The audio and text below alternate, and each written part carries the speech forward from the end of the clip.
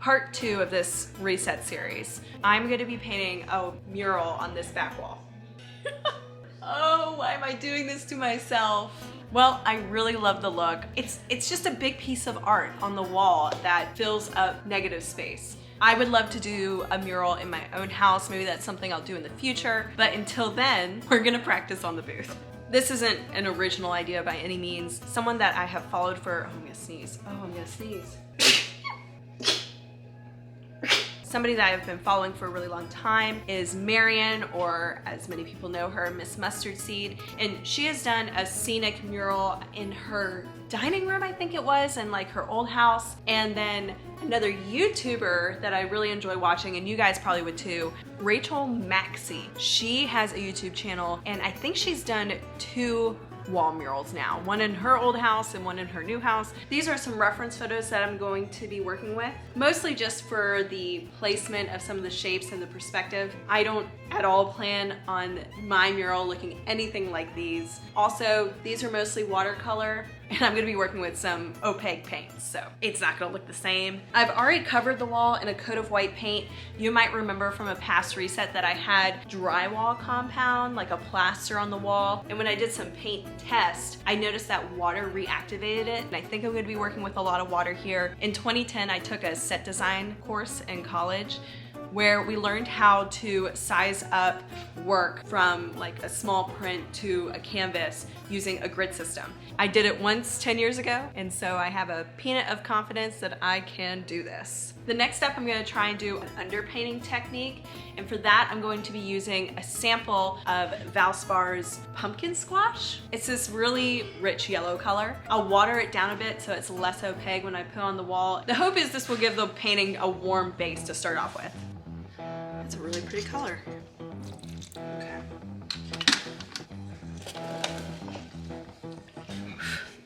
We got this. It's in our wheelhouse. We're capable. All right.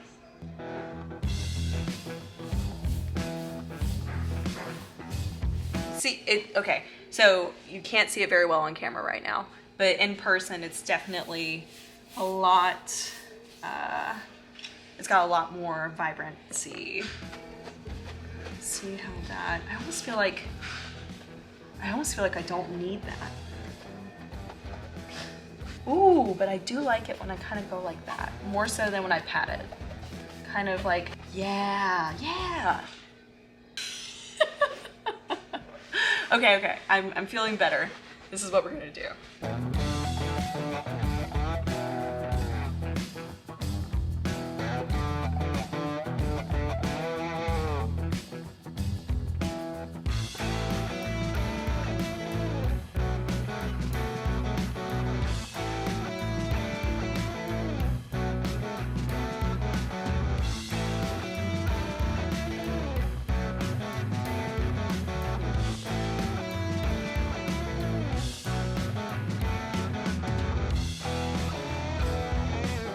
So what I am doing is I need this reference photo to have the equal dimensions of the wall just sized down. So to do that, I had to do some math and eventually eliminate a portion of the reference photo, specifically this bottom half, so that the grid system that's on top do that exact same grid system on this wall. Man, I am struggling. I am not good at explaining stuff. This is why I didn't become a teacher. Now that I have my grid system figured out on the reference photo, what I need to do is put my grid lines on the wall in place so that I can then do the rough sketch based off the grid. So basically I'll go square by square, rough sketch each square all the way across this painting on this wall.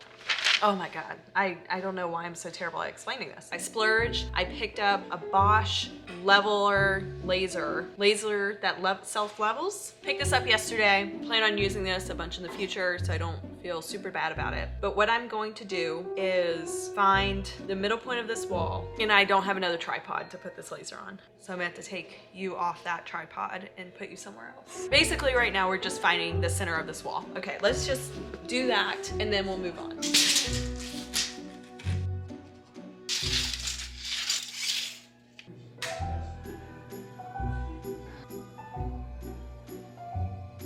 So for the grid, I don't want to stand here with a level and a pencil and mark all the lines. I got chalk line. I didn't know this until shopping yesterday, but you can get different strengths of chalk. Got the 0 because it's the temporary. I went back and forth between the 1 and the 0. I landed on the 0. Apparently you gotta fill this thing with the chalk. Another thing I did not know. And then you can start snapping away.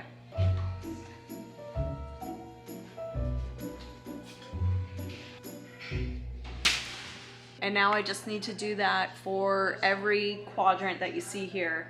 Find center on each and then repeat that process till I have a grid of 12 little boxes. I'm struggling to explain this.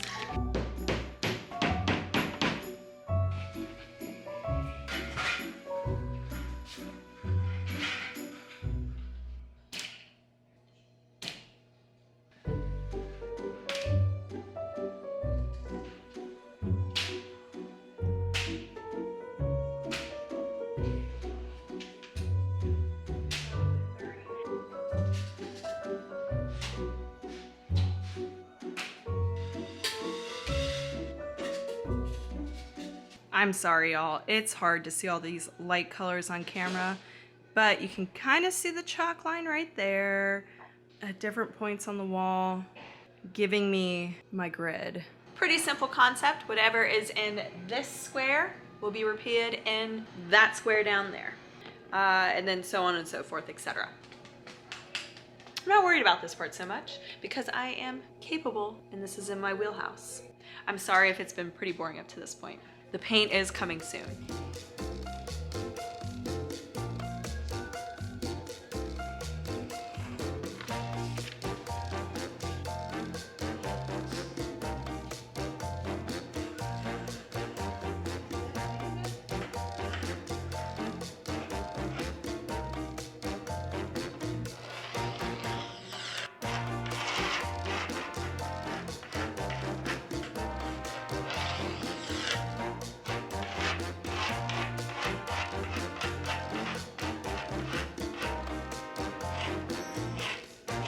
I got a pretty rough sketch in. It's really hard to see on camera. I'm so sorry. But there's a tree there, there's a tree there, there's trees over there, a few rolling hills. So today we're just working on the sky. I'm going to do if you're looking at it, the left corner of the wall as the darker area, working this way over to light. So if you can imagine the supposed light source that we're using for this piece is coming from this direction. So we're gonna start over here in this corner with the dark paint and we're gonna roll it on and we're gonna have to work really quickly for the blending. This is in my wheelhouse, I am capable.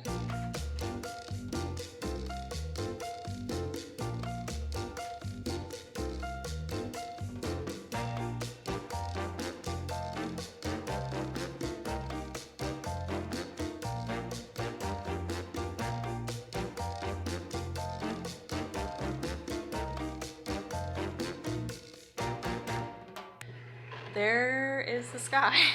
You know, originally I definitely didn't think I'd go this dark, but oh well. I've already overworked this side, so I'm just gonna stop. And I'll come in tomorrow and we'll start working on the lower part with the hills and the river. So hopefully that'll go a little easier. It's just, I'm sorry, I'm out of breath. It dries so fast. So you're having to work with it so quickly when you're trying to blend it. Hopefully tomorrow, not as much blending will be happening and it'll just be a little more relaxed. It's gonna be still a little fast, but not nearly as fast as the sky section had to be. I mean, I am sweating.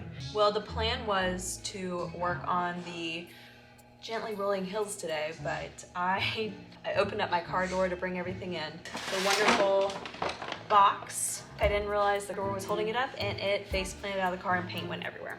So the majority of the paint that I lost was this blue color that I was gonna use on the water that I had coming through. The lid completely broke. And I am instead just gonna go ahead and start there just so I can use up the paint. I'm also adding more water this time. When I was working on this yesterday, the reason why it's so opaque and dark and why I felt like I had to work with it so quickly was because the paint was so thick. Added more water today to see if that will help the situation. This is in my wheelhouse. I am capable of doing this. Why did I do this? All right, let's get started.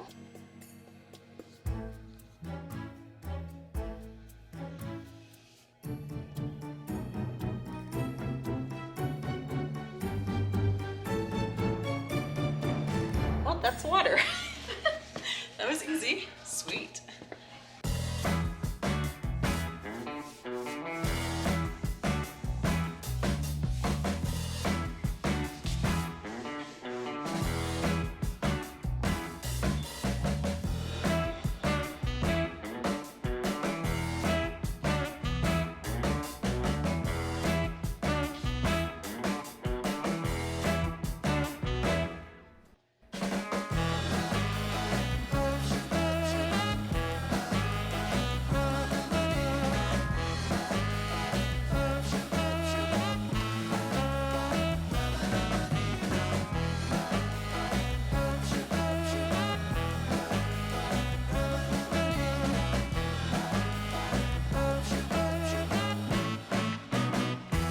And now it's time to move on to the trees. I'm gonna start with this tree, those trees right there. I'm gonna start with them. We are so far off script from the original piece of work that I was taking inspiration from.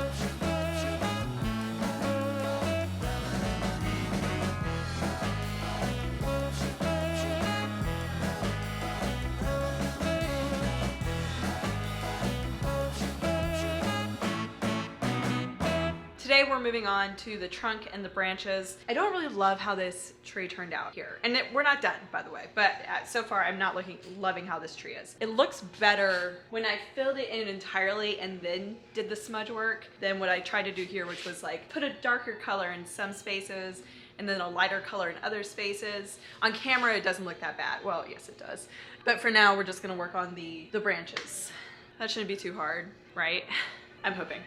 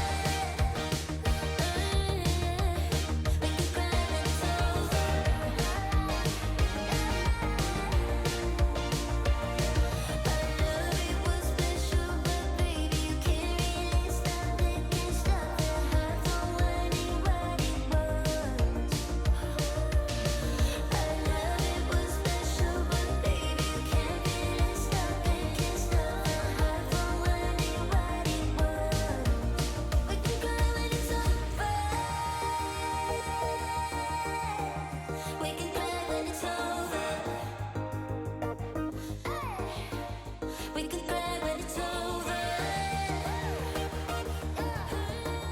We can cry when it's over.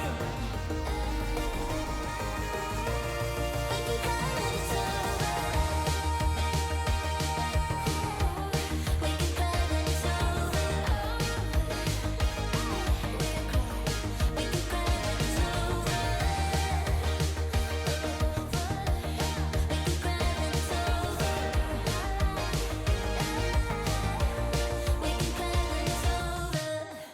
I could do some more, but it's taking too long at this point and I was starting to overwork it, so it's just time to walk away. If I had more time, I probably would have added some like grass, flowers, something like that. It would have made more sense to use like a medieval tapestry as an inspiration pick, or one of these pictures instead of a watercolor or any watercolor at all. Where I rubbed and wiped away the paint, I do like the effect that the underpainting had, but if I would have started off with a more practical reference photo, I probably wouldn't have even needed to do that in the first place. Also probably didn't need the self-leveling laser. I was just overthinking it. Other hindsight is 2020 things. I underestimated the amount of paint that I would need, especially for the leaves. I wouldn't have enough paint and then I would need to mix more paint and it wasn't the exact same color as the old mixed paint. I am though impressed that I was able to do all this with Valspar paint samples. Would I do this again? I love the whimsy that it brings to the space. I would just do it differently next time. I have a set of 4 chairs and I kept placing this one up against the painting during the process and it just looks, doesn't that look good in front of it? Let me get something else. Let me get another example.